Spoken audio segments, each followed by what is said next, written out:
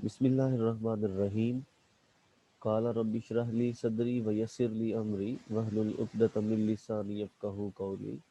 Dear student, अस्सलाम वालेकुम।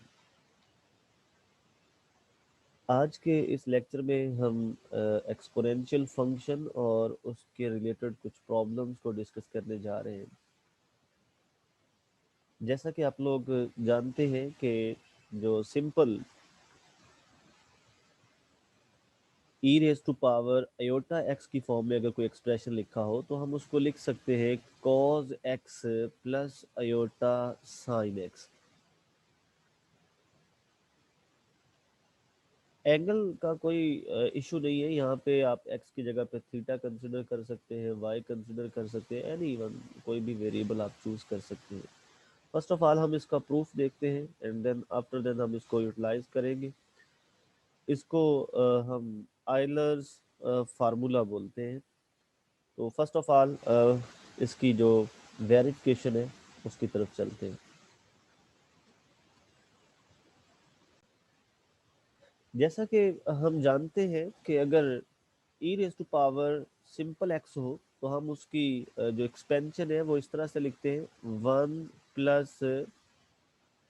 x + x² / 2 factorial + x³ / 3 factorial + x4/4 factorial and so on. अगर हम अपने इस आयलर फार्मूले को लिखने के लिए, वेरीफाई करने के लिए अगर देखते हैं तो हमें e raise to power x नहीं बल्कि e raise to power iota x चाहिए। तो हम क्या करेंगे, x is equal to iota x हम रिप्लेस कर देंगे। जहां जहां पे आपको फार्मूले में x नजर आ रहा है आप उस हर x की जगह पे अयोटा एक्स रिप्लेस कर देंगे।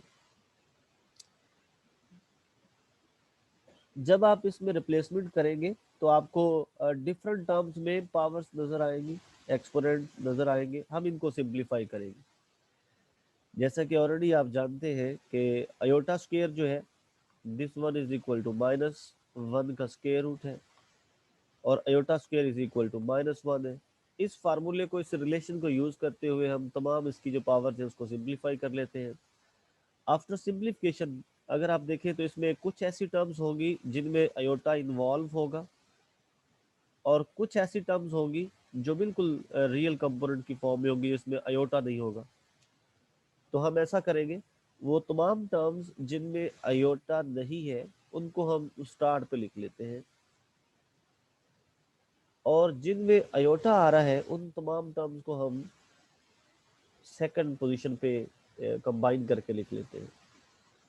जैसे कि आप नेक्स्ट स्टेप में देख सकते हैं, जो फर्स्ट आपको ब्रैकेट नज़र आ रही है, राउंड ब्रैकेट, उसमें जो हमने टर्म्स कलेक्ट की है वो तमाम की तमाम वो टर्म्स हैं जो विदाउट अयोटा है और जो सेकंड वाले हैं उसमें तमाम में अयोटा आ रहे हैं। अयोटा उसमें से कॉमन निकाल लेते हैं।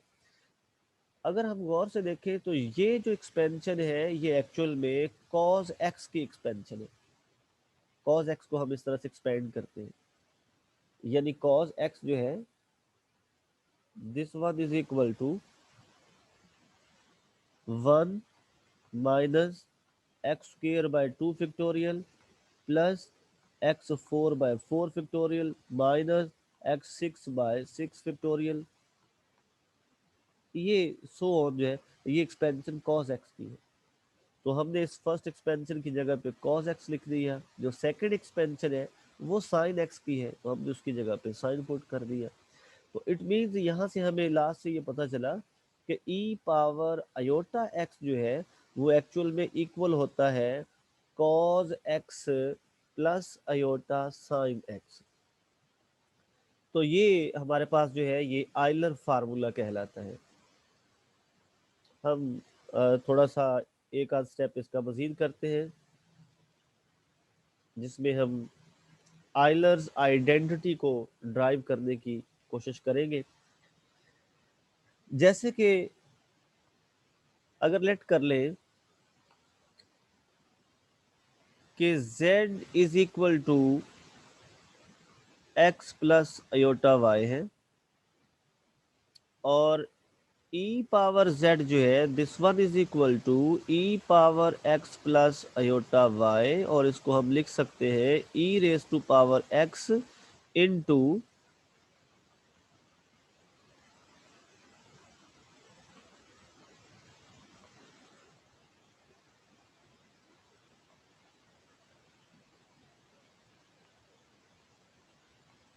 जी into e raise to power iota Y.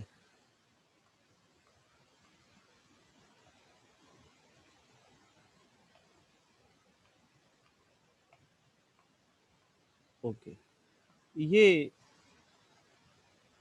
हमने उस एक्सपेंशन को दो हिस्सों में लिख लिया। यानी हमने क्या किया कि जो एक्सपोनेंट था वो सम ऑफ टू टर्म्स में था, तो हमने उसको सेपरेट कर लिया, e raise to power x separate कर लिया और e raise to power iota y जो है वो सेपरेट कर लिया। अब e raise to power iota y जो है ये ऑलरेडी हम जानते हैं बाय आइलर्स फार्मूला, उसके मुताबिक ये होता है cos of y plus iota sine y। ये इसका हमें पहले से इल्म है। ओके, एंड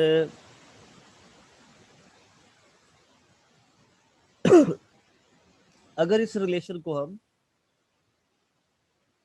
इस इक्वेशन में यूज कर ले तो ये इक्वेशन हमारे पास फिर बनेगी e z is equal to e raise to power x into cos y plus iota sine y. इसका नाम रख लेते हैं हम इक्वेशन नंबर 1।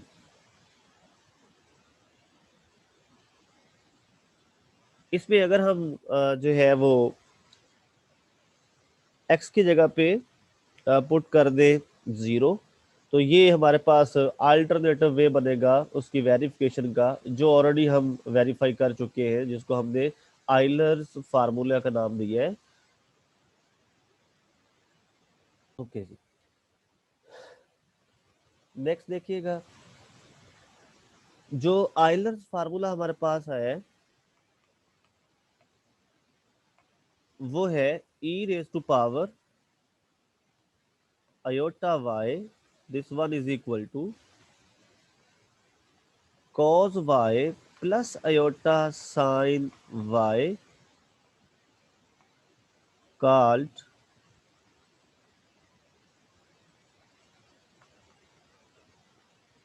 Euler's formula.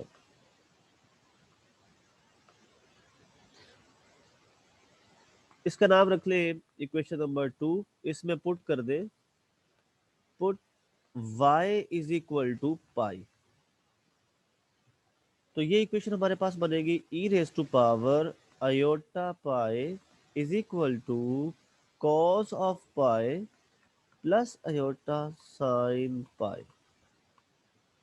अब left side as it is, e raise to power iota pi is equal to जी cos pi. जैसे कि हम जानते हैं कि जो वैल्यू 0 डिग्री पे आपको मिलती है वही वैल्यू माइनस के साथ आपको 180 डिग्री पे मिलती है। अब चूंकि cos 0 1 है, तो अगर आप 180 यानी पाई की बात करें तो वहां पे उसका आंसर आपको -1 मिलेगा, प्लस अयोटा जो साइन पाई है। जैसे कि साइन 0 जो है वो 0 है, तो फिर साइन ऑफ माइनस बल्कि sine of pi which is equal to 180 degree, this one is equal to minus time जो भी आपको जीरो पे वैल्यू मिली है 0, और -0 भी 0 ही होता है, इट मीन इसका आंसर 0 आ गया। तो e raise to power iota y is equal to -1। आप इस फॉर्म में भी इसको लिख सकते हैं, या फिर अल्टरनेटिव फॉर्म इसकी बनेगी e raise to power iota pi minus left side पे जब आएगा तो +1, this one is equal to 0। ये जो लास्ट एक्सप्रेशन है this is called Euler's identity.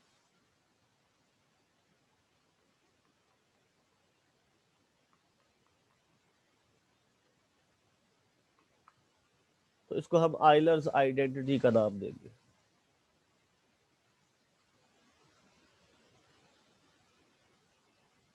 Exercise 1.3 को हम सिंप्लीफाई करने जा रहे हैं। उसका फर्स्ट प्रॉब्लम है, फर्स्ट क्वेश्चन जो है उस एक्सरसाइज का,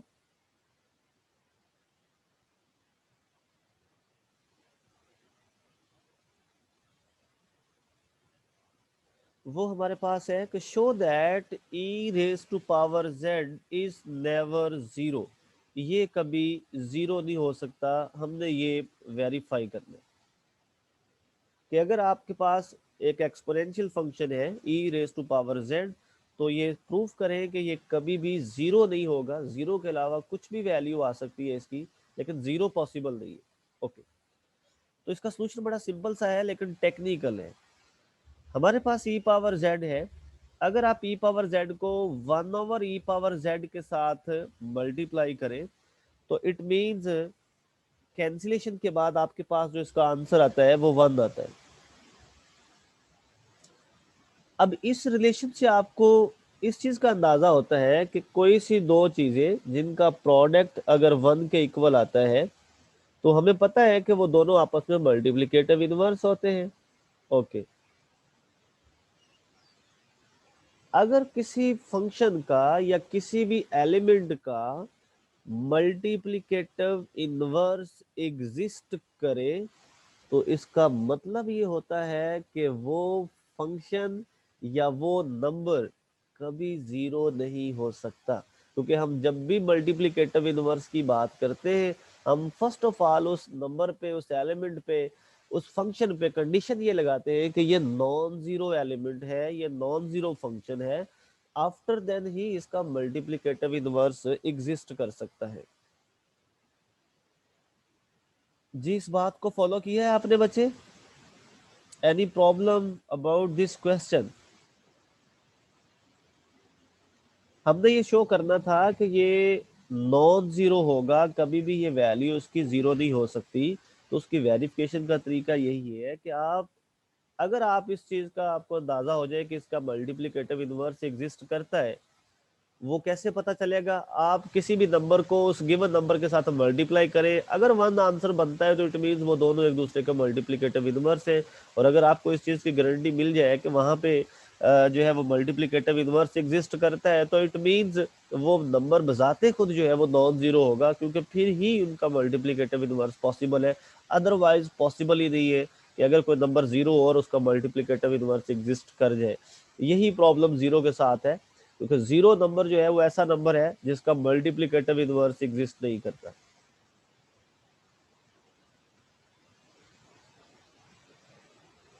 सेकंड क्वेश्चन की तरफ चलते हैं बच्चे।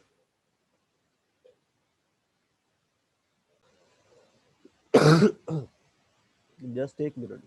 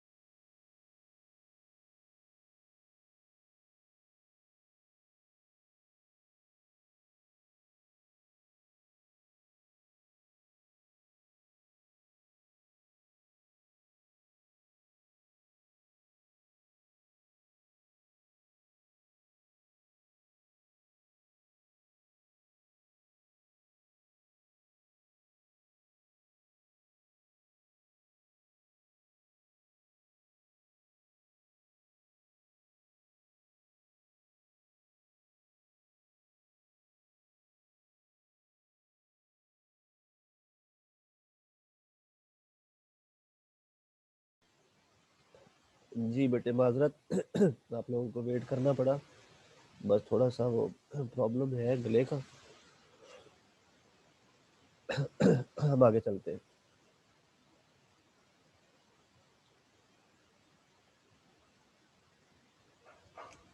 नेक्स्ट हमारे पास क्वेश्चन नंबर 3 है बेटे, पहले हम उसको सॉल्व करते हैं एंड आफ्टर हम क्वेश्चन नंबर 4 की तरफ आएंगे।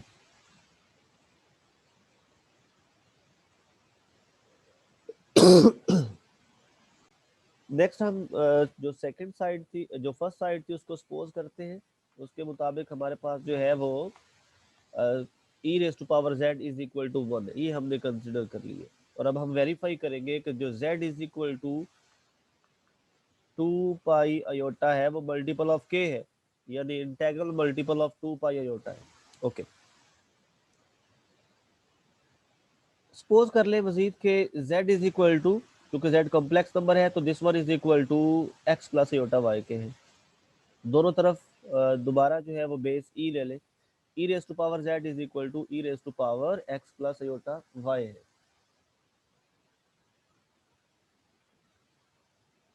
दोनों को सेपरेट कर ले, e raise to power x separate और e raise to power iota y separate कर ले। अब e raise to power iota y जो है अकॉर्डिंग टू आइलर फार्मूला, उसको फिर दोबारा से एक्सपेंड कर लेते हैं, तो आपके पास ये राइट हैंड साइड बन जाएगी। क्योंकि ऑलरेडी हम कंसिडर कर चुके हैं कि ई रेस टू पावर z 1 के इक्वल है, इसीलिए हमने ई रेस टू पावर z की जगह पे 1 लिख दिया, क्योंकि ये चीज तो हम ऑलरेडी सपोज कर चुके हैं क्वेश्चन के स्टार्ट पे। अब जो राइट साइड है वो एज इट इज, जस्ट आप इस ई रेस पावर x को फर्स्ट और सेकंड टर्म के साथ मल्टीप्लाई करके लिख दें।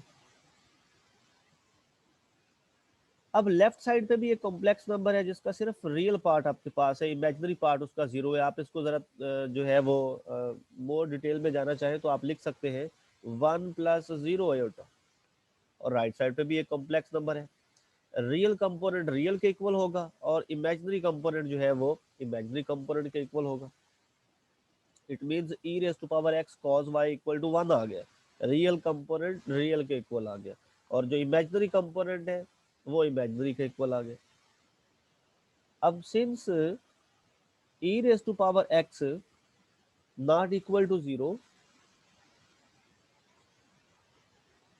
जी ये हमें ऑलरेडी पता है, क्वेश्चन नंबर 1 जब हमने स्टार्ट किया था तो उसमें वेरिफिकेशन ही इसी चीज की थी कि जो e raise to power z या e raise to power x है वो कभी भी जीरो नहीं हो सकता। अगर ये नॉन जीरो नंबर है तो इट मींस जो cos y है this also not equal to 0, अगर आप इस रिलेशन को देखें तो।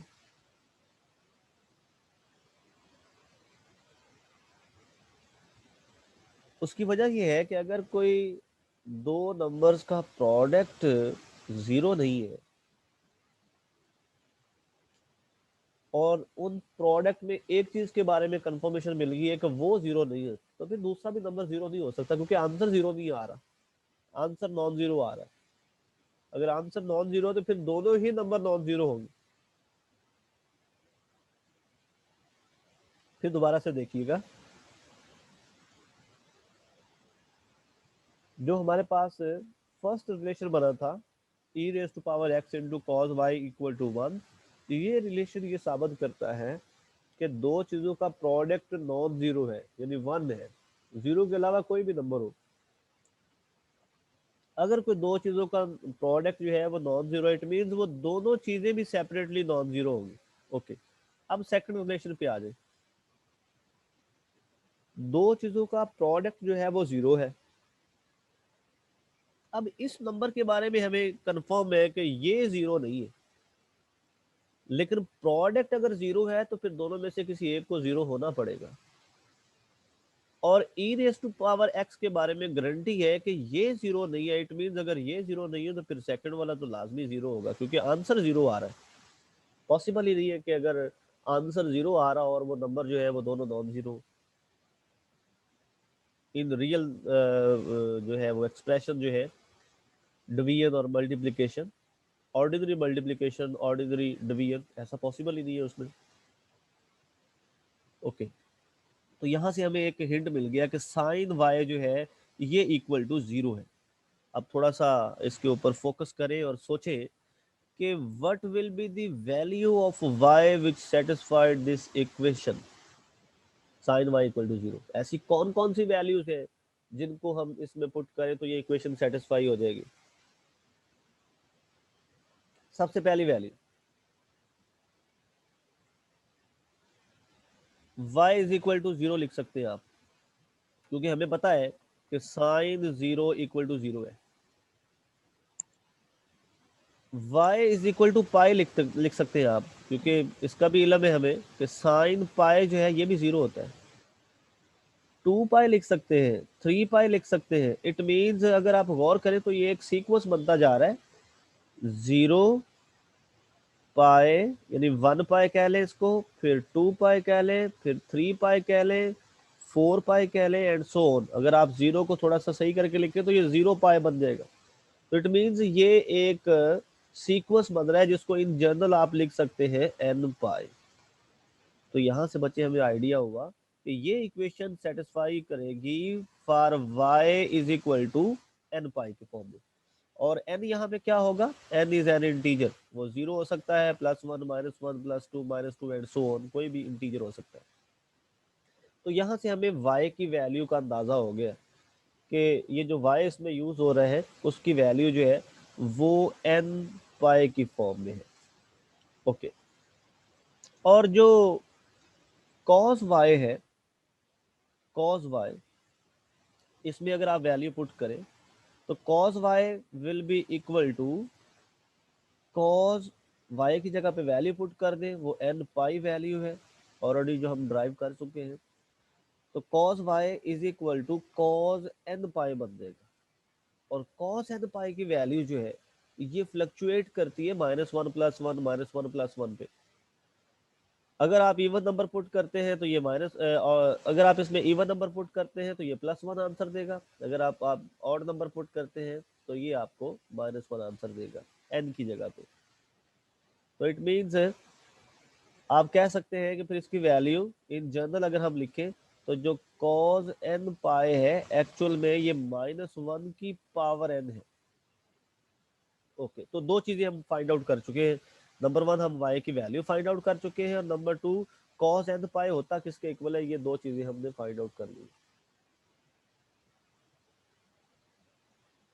नेक्स्ट,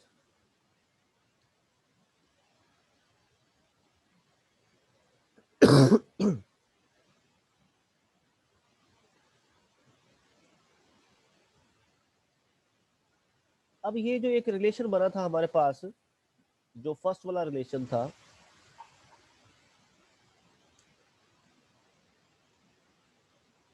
वो था हमारे पास कि e⁻x into cos y is equal to 1।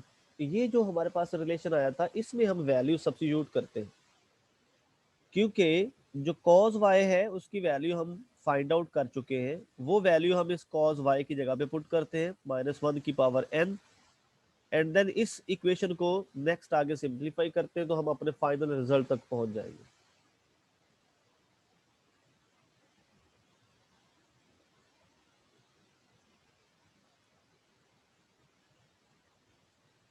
Next देखिएगा।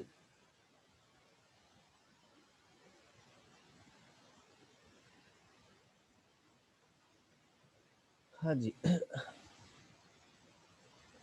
अब ये प्रोडक्ट जो है this one is equal to है 1 के इक्वल।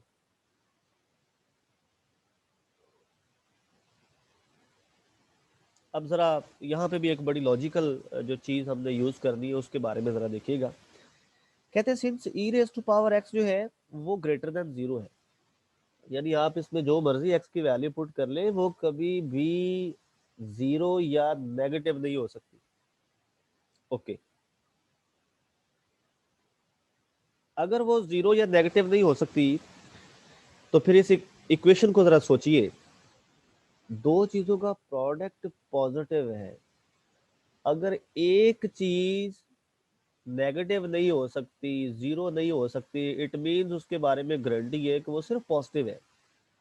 तो बताएं जरा, सोचें जरा इसके बारे में, क्या दूसरी चीज जो उसके साथ प्रोडक्ट में आ रही है जिसके बाद फाइनल आंसर पॉजिटिव मिल रहा है वो नेगेटिव हो सकती है? कभी भी पॉसिबल नहीं है, क्योंकि अगर वो नेगेटिव हो गई तो it means right hand side भी नेगेटिव होगी, लेकिन राइट हैंड साइड हमारे पास कंफर्म है, वो तो +1 है। इट मींस अगर इसके बारे में आपको पता है कि ये ग्रेटर देन 0 है, तो फिर अंडरस्टूड होगा कि इसको भी ग्रेटर देन 0 होना पड़ेगा, अदरवाइज आंसर आपका नेगेटिव हो जाना था, तो इक्वेशन सेटिस्फाई नहीं करनी थी। तो आप यूं कह सकते हैं, इस कॉन्सेप्ट की मदद से आप फिर इस चीज को जस्टिफाई कर सकते हैं कि -1 की पावर n इस केस में जो है वो ग्रेटर देन 0 है।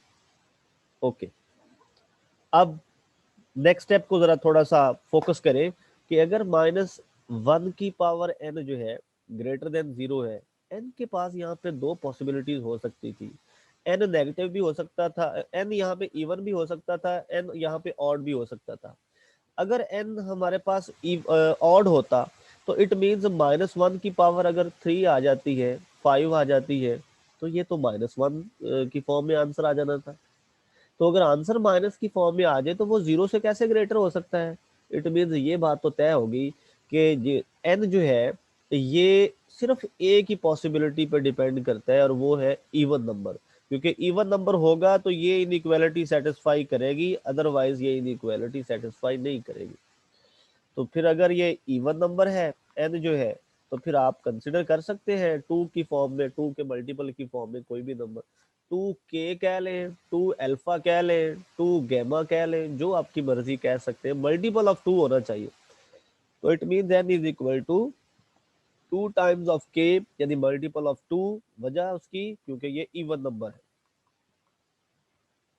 और k के ऊपर कंडीशन है कि वो कुछ भी हो सकता है, 0 1 2 3 सो ऑन, नो प्रॉब्लम।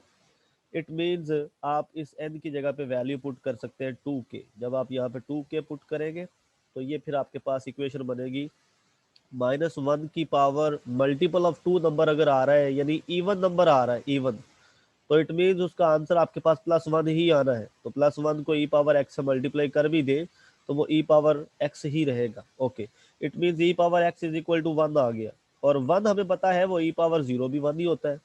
अगर इन दोनों को कंपेयर करें तो यहाँ से कंफर्म हुआ कि x इज इक्वल टू 0 है, यानी एक्सपोनेंट को अगर आप कंफर्म करें, तो जब आपके पास x की वैल्यू क्लियरली आपको पता चल गया, देन आप जो कॉम्प्लेक्स नंबर था z is equal to x plus iota y, उसमें आप x की वैल्यू पुट करें और वो वैल्यू 0 थी, तो यहाँ से आपके पास आ गया